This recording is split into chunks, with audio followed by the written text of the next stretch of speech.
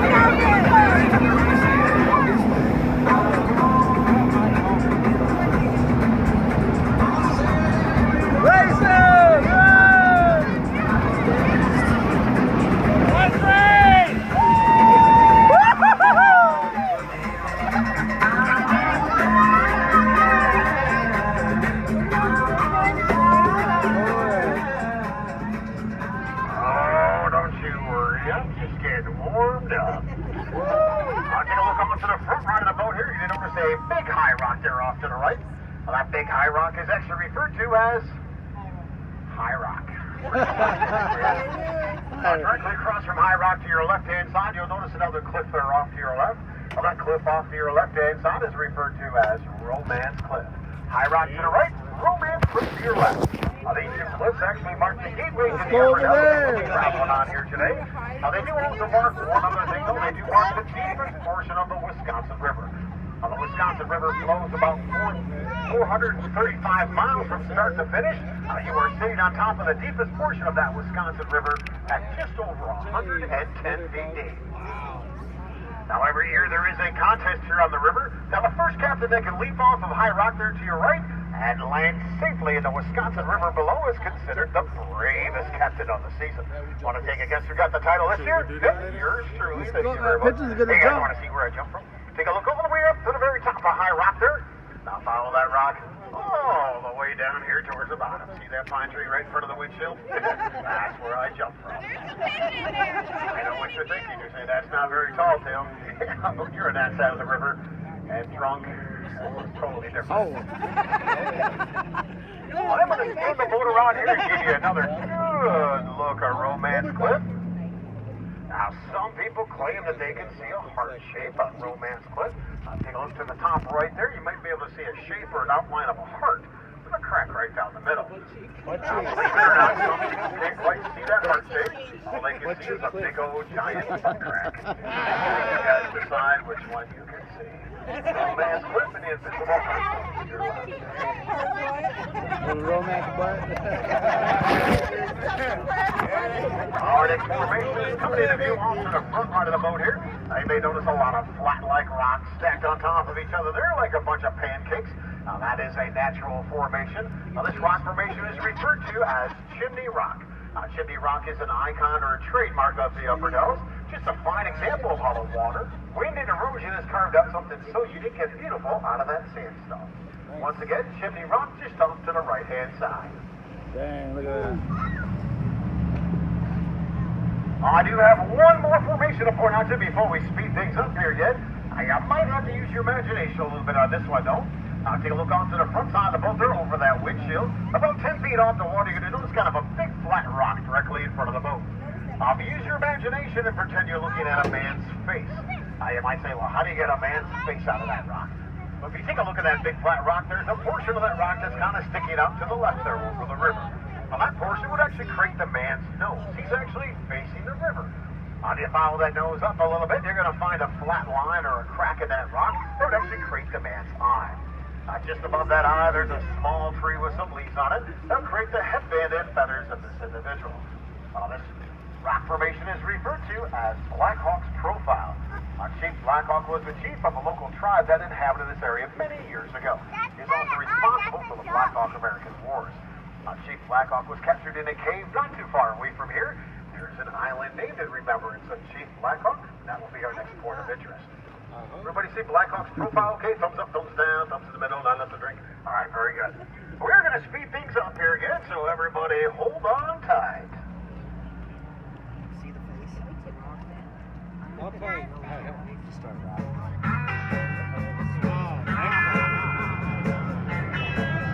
Ready, babe?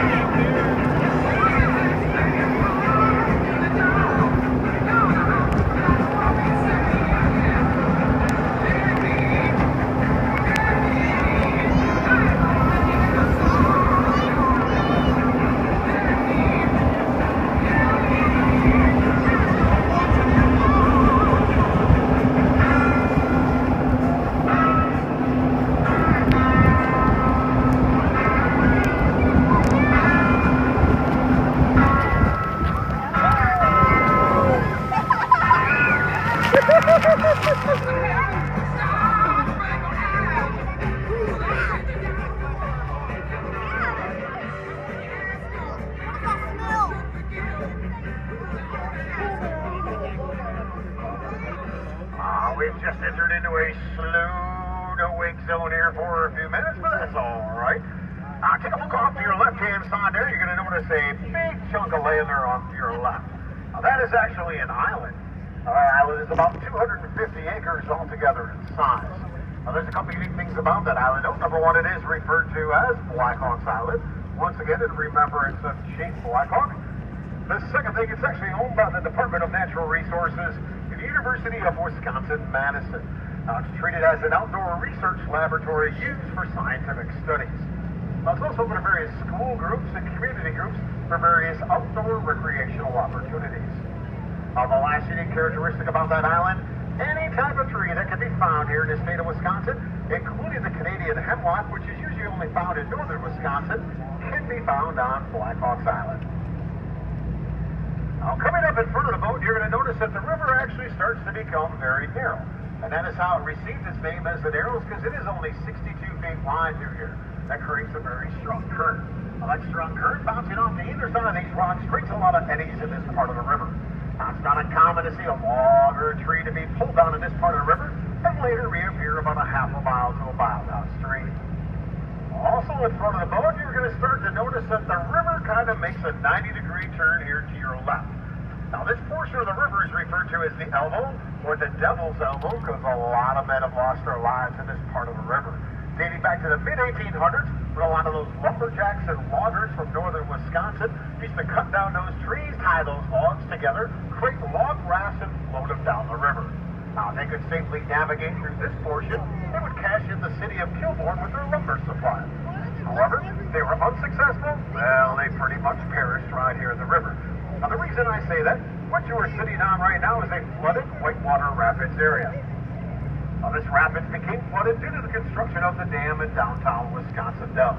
Now, even on a calm day like today, you might notice a lot of swirls, eddies, bubbles coming up from the surface, and that's due to all those underwater hazards. Now, at any time on today's tour, if you take a look off to either side of the boat, you're going to notice some more of this beautiful sandstone. Now, this sandstone is actually referred to as Potsdam sandstone. Now, it's found in 3 places in the world. Potsdam, Germany, from which it was named after, Zurich, Switzerland, and here in the Wisconsin Dells area. Now, that sandstone has 2 very unique characteristics. Number 1, very brittle. If I gave you each a piece of sandstone, you'd be able to break it up into your hands, no trouble at all. Now, the second unique characteristic is actually very porous. Just like a sponge, it absorbs all that rainwater. Now, that characteristic allows the trees and the plants to grow in and on the sandstone cliffs without any topsoil whatsoever, as you can see off to either side of the boat.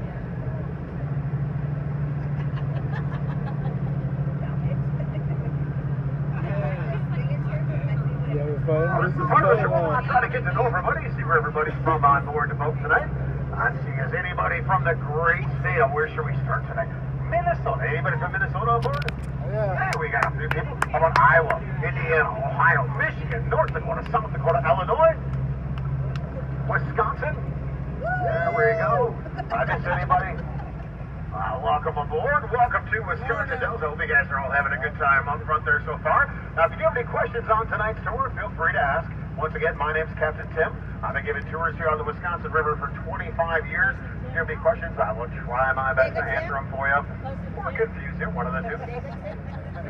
Now, if you take a look off to your left-hand side there, you're going to notice the old river channel.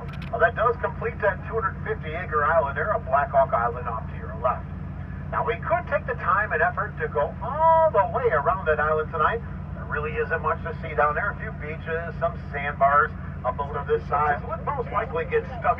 And I'd hate to ask all the women and children to get out of the boat and push us off those sandbars tonight. Just gotta hang out in the main channel for right now.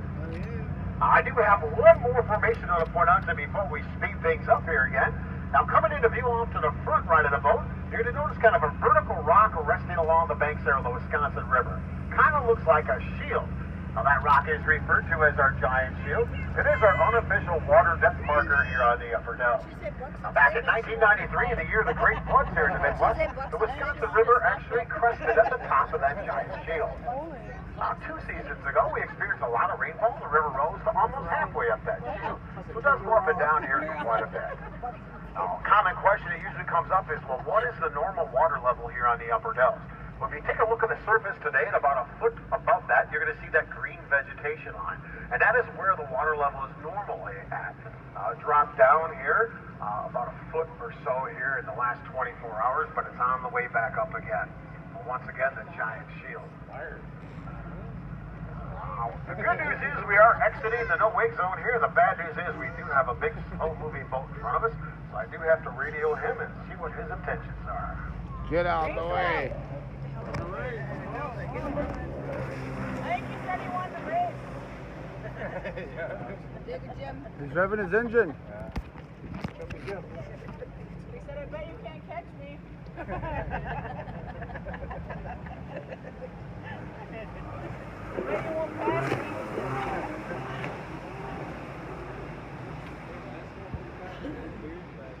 Yeah, right? Yeah, those guys right there, like in this channel, they all just cruise all summer. They sit here and do tricks. Those are some of the guys from the ski shows. It's like sunshine and whiskey.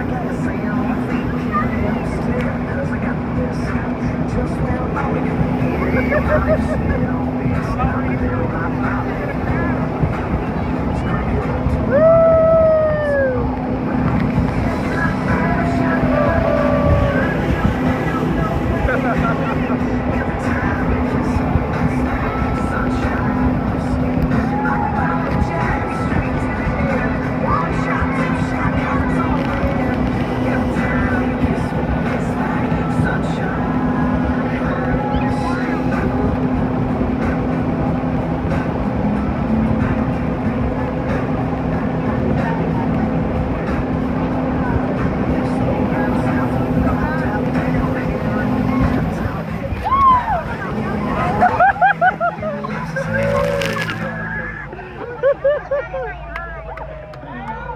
right-hand side here, you notice another beautiful rocky island. That rock island is actually referred to as Steamboat Rock. Steamboat Rock received its name from a gentleman named Henry Hamilton Bennett, commonly known as H.H. Bennett. Mr. Bennett became famous. He developed the stop-action shutter on your camera that you use today. Mr. Bennett went around the area photographing and naming a lot of the rock formations that you see here today. Mr. Bennett felt that Rock Island resembled the old-fashioned side-wheeler paddle boats that used to travel up and down the Wisconsin River. I just think he spent too much time alone in the hot sun with a camera. Now, we are going to try to squeeze the wild thing through Lover's Lane. Now, as we enter into this narrow passageway of water, take a look off to your right-hand side. You may notice some caves or caverns there off to your right. That's where some of the Native Americans used to seek shelter in bad weather. Punch it. Once they got tired of sleeping in those caves, they moved a little bit farther up the hill and built some condos. The resort area that we're entering into is referred to as Chula Vista Resort. Chula Vista is a Spanish word or term which means pretty new or pretty expensive, depending on how you look at it.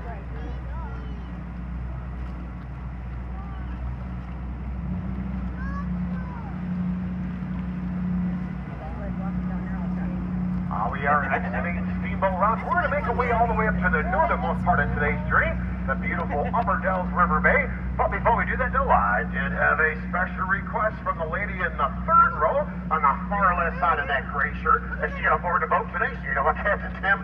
It's been a long day. I'm a little warm. Can you cool me off? I said, you know what, ma'am? I've never wanted to disappoint. So we'll have from some music and some little luck from the weather. We'll see if we can cool this lady off. Cool. Ready, babe?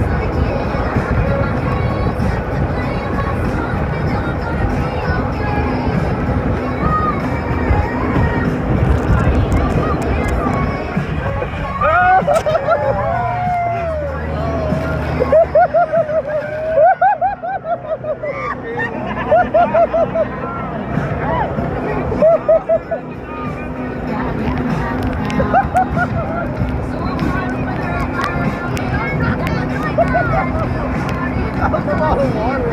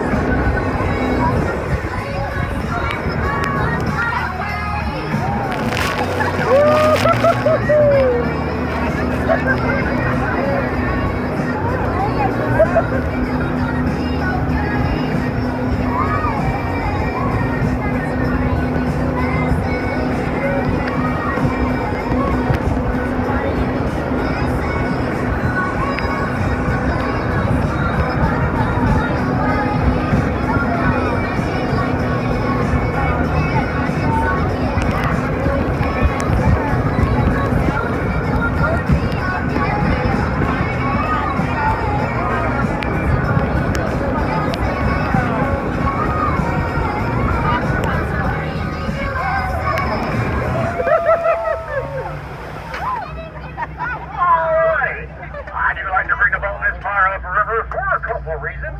Take a look on stream. You're going to notice that the river actually becomes very wide. It also becomes extremely shallow. Up in front of us, a little ways up in front of us here in front of the boat, you're going to notice maybe some red buoys in the water. Now that does mark some extremely shallow water. Less than a foot deep in a lot of spots up here. You can walk left to right, right to left, make it all the way across the river up here and not get your knees wet. That's how shallow it is up here. Trust me, I've done it numerous times about 3 o'clock in the morning.